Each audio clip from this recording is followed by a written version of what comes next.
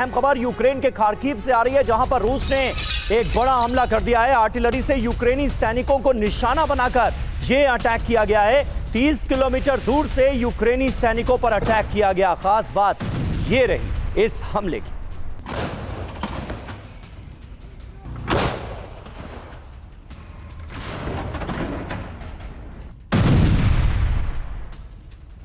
और इस बीच war zone में रूस का देखिए बड़ा हमला हुआ है। जानकारी ये सामने आ रही है कि यूक्रेनी काफिले पर ड्रोन से अटैक किया गया। गोला बारूद से लेकर जाते ड्रोन्स का ये अटैक हुआ है। तो निशाना गोला बारूद बनाया गया ताकि ये रसद न पहुंच सके। तो लगातार यूक्रेन को नुकसान पहुंचाने की हर कोशिश रूस की तरफ से भी की जाए। और आइए अब आपको बताते हैं कि नीप्रो के साथ साथ रूस ने कहां हमले किए हैं यूक्रेन के अंदर। पुतिन का ऑपरेशन विंटर, ज़ेलेंस्की करेंगे सरेंडर, ये सवाल है। 10 से ज्यादा प्रांतों पर हमले हुए हैं, 20 से ज्यादा शहर टारगेट पर हैं। कहां तबाही मची, इसका पूरा ब्यौरा जरा देखिए। चेरनीहिव, पोल्टावा, निप्रोपेट्रोवस्क, ज़ेपोरिजिया, खेरसोन, पोक्रोवस्क में तो लगातार जंग चल ही रही। कैसे हुआ हमला ये बताते हैं आपको। बैलिस्टिक मिसाइल से, क्रूज मिसाइल से हमलों को अंजाम दिया गया। ड्रोन पावर का बड़े पैमाने पर इस्तेमाल किया यूक्रेन ने। शाहेद ड्रोन, गेरैन 2 ड्रोन से हमला अंजाम दिया गया। MLRS आर्टिलरी से भी हमले किए गए हैं। यह है पुतिन का ऑपरेशन विंटर, जिसके तहत रूस यूक्रेन के अंदर बड़े हमलों को अंजाम देता नजर आ रहा है। जैसे जैसे सर्दियां नजदीक आ रही हैं, ताबड़तोड़ और खतरनाक हमलों का सिलसिला बढ़ता हुआ हम देख रहे हैं। कैप्टन श्याम, इसके पीछे क्या स्ट्रैटेजी आपको नजर आती? धन्यवाद। जय हिंद सनो वरुणा।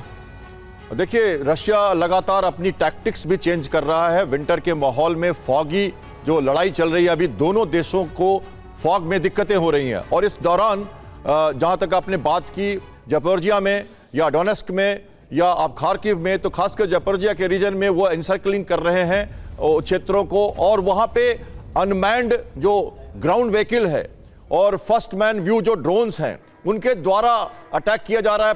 यूक्रेन की तरफ से जवाब दिया जा रहा है। और रशिया ने चेंज किया स्ट्रैटेजी।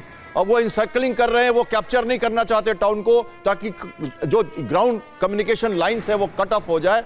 और उसमें वो अब 3-4 लोगों को भेज रहे हैं। अब वो मैकेनिकल व्हीकल्स को नहीं भेज रहे, क्योंकि उनको ड्रोन से मार गिराया जाता है। और ये फॉग जब हटेगा तो किसको फायदा होगा मालूम नहीं, पर फिलहाल ये हो रहा है कि वो 1 या 2 लोगों से भी चाहते हैं कि वो ग्राउंड लाइंस को कट कर दें। जहां तक आपने बात की पिछली राफेल की, मैं आपको बताऊं, एक तरह से एयर सुपरियोरिटी मान के चल रहे हैं हम यूक्रेन के ऊपर। और इसलिए एयर टू एयर डिफेंस चाहिए। वैसे 10 साल के बाद आएंगे राफेल, 2026 में सिर्फ इनके डिफेंस रडार्स आएंगे, लेकिन उसके साथ कौन सी मिसाइल आएगी?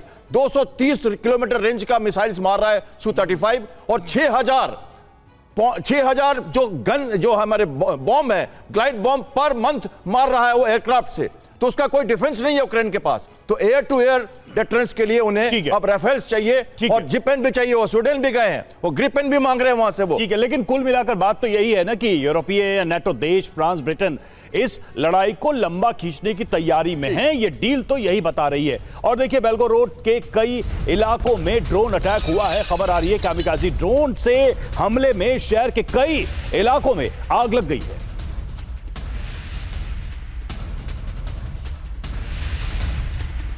तो बेल्गोरोड में ये हमले हुए हैं, कई इलाकों में आग लगने की तस्वीरें भी सामने आई हैं, जहां पर ड्रोन से यह हमला किया गया है।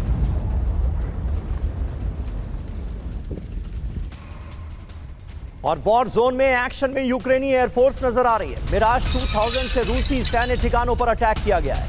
हमले में रूसी सेना को नुकसान का किया गया दावा।